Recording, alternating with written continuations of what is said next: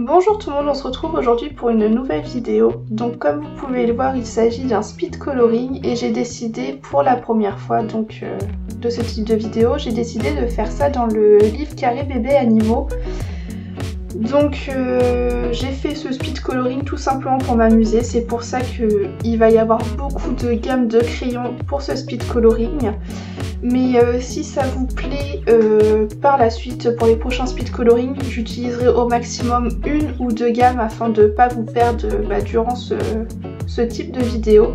Et surtout n'hésitez pas à me donner vos conseils en commentaire, je suis preneuse. Ce que je vais faire pour ce type de vidéo, c'est que je vais vous référencer toutes les teintes que j'ai utilisées dans la barre d'information en vous spécifiant pour quelle zone du coloriage ça a été utilisé. Et aussi je voulais vous prévenir, ne soyez pas étonnés, mais pendant ce speed coloring il va y avoir un petit changement de lumière, tout simplement parce qu'au début je filmais comme ça la lumière naturelle. Seulement il faisait assez sombre ce jour-là et donc par la suite j'ai mis une petite lumière artificielle au-dessus du coloriage. Donc il y aura un petit changement de lumière mais rien de bien méchant. Donc on commence premièrement par le pelage de la couleur la plus foncée. Donc j'ai décidé de faire ça au Prismacolor. Et pour ça, je vais utiliser les teintes 937, 944 et 943. Donc je vais vous le répéter, hein, mais pour la plupart des combos que je vais utiliser, je vais les appliquer en deux couches. Pas plus, pas moins, mais deux couches, voilà. Et surtout, je ne vais pas appuyer sur mes crayons, je vais juste laisser la couleur se mettre naturellement sur le papier.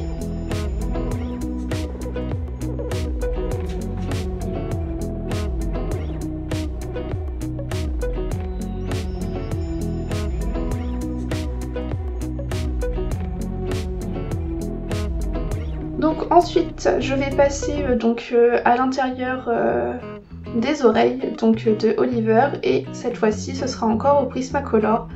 Donc pour ce combo j'ai utilisé la teinte 1092, 928 et 1013. Donc toujours pareil, je l'ai fait en deux couches et donc c'est le même combo pour les deux côtés des oreilles.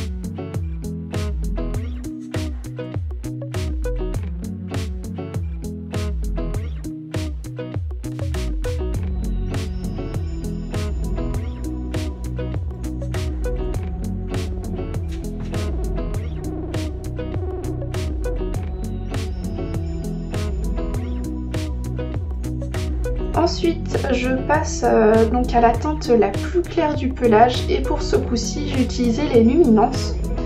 Donc j'ai utilisé la teinte 821, 242 et 801. Donc c'est des teintes, je pense que vous pouvez retrouver dans vos gammes. Et d'ailleurs c'est pour ça, vous pouvez le voir, je vous ai mis les petits pads qui référencent la couleur, la teinte utilisée, avec le petit macaron de couleur, et je pense que ça peut vous aider aussi si jamais vous voulez trouver des équivalents dans vos teintes dans vos gammes à vous. Voilà.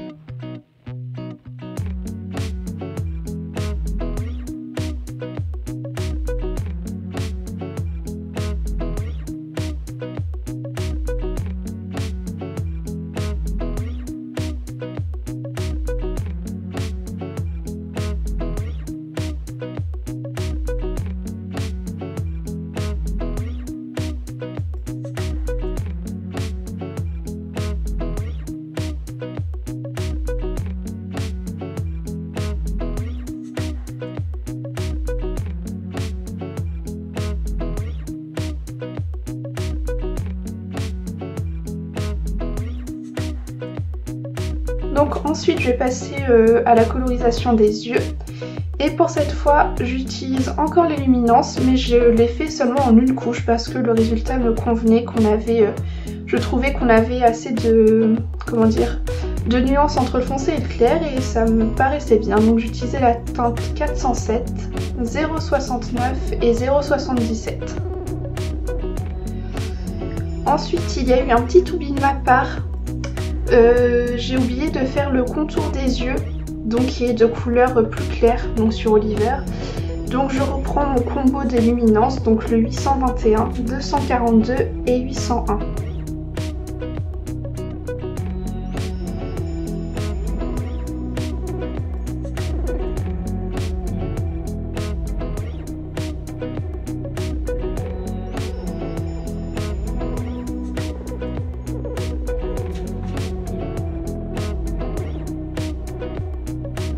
Ensuite, je vais utiliser les polychromos pour faire la langue. Donc ce sera encore une fois en deux couches comme vous allez pouvoir le voir. Et donc j'ai utilisé la teinte 133, 142 et 124.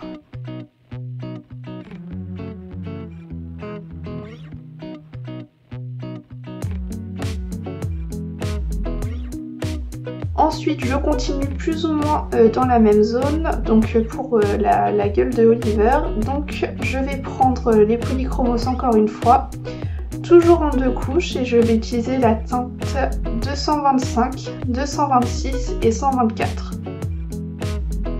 Ensuite, on passe donc au Arteza, que j'aime beaucoup, et je vais les utiliser pour le pelage de teinte intermédiaire. Et donc pour ça j'ai utilisé la teinte A304, A202, A116, A109. Et ce sera encore une fois en deux couches. Alors pour ma part j'ai la dernière boîte des 120 polychromos experts. Je crois qu'il y a des différences au niveau des noms de couleurs ou des numéros de couleurs.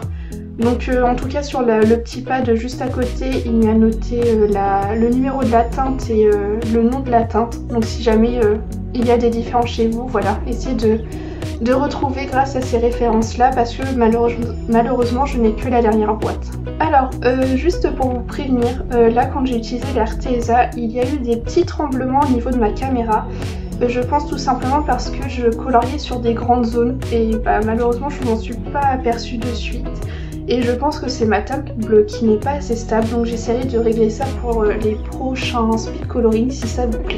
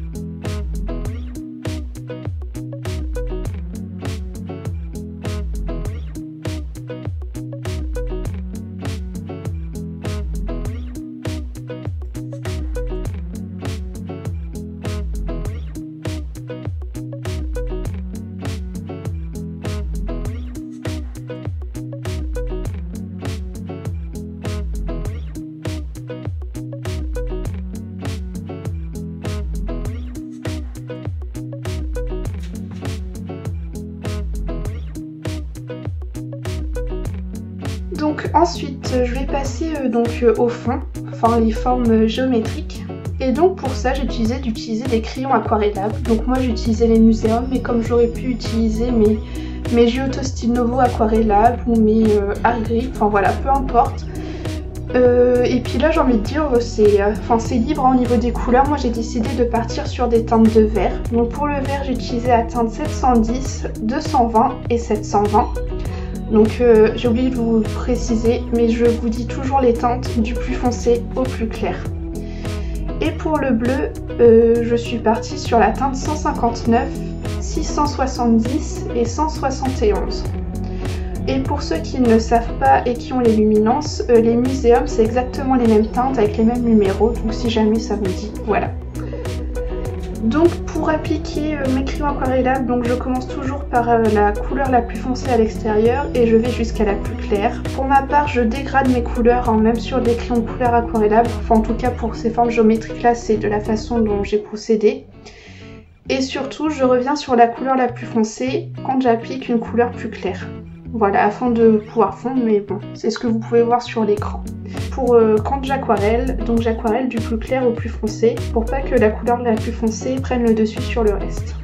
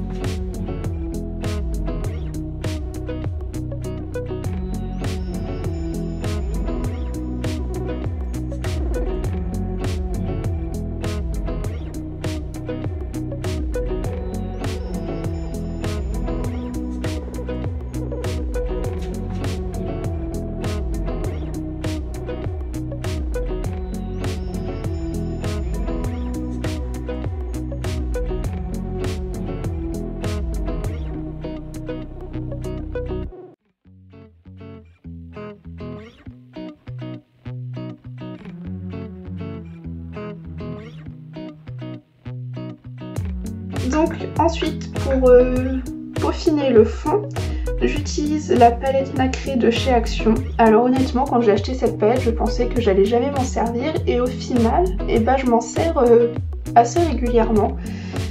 Donc vous allez voir, au début je pensais faire que les bandes blanches et au final je suis revenue sur mes pas pour faire les bandes blanches et les bandes noires parce que ça donne aussi un effet nacré sur tout le fond et c'est ce qui me semblait être le mieux.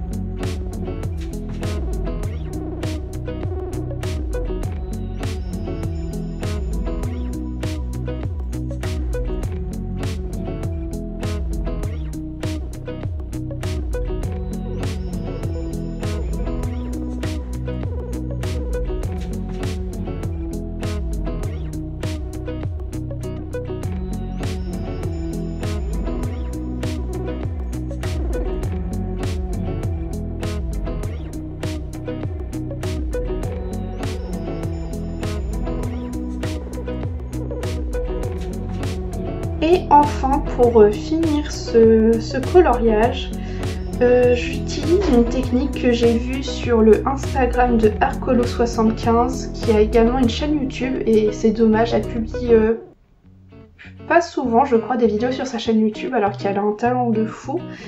Mais en tout cas c'est une technique que j'ai vue sur sa chaîne, c'est tout simplement pour faire un effet paillette avec des feutres. Alors pour ma part, vous pouvez le voir, donc j'utilise un stylo gel blanc, j'utilise les Jelly Roll que j'ai découvert grâce à Colorini et je trouve qu'ils sont hyper couvrants, ils sont très très bien. Donc j'utilise la pointe numéro 10.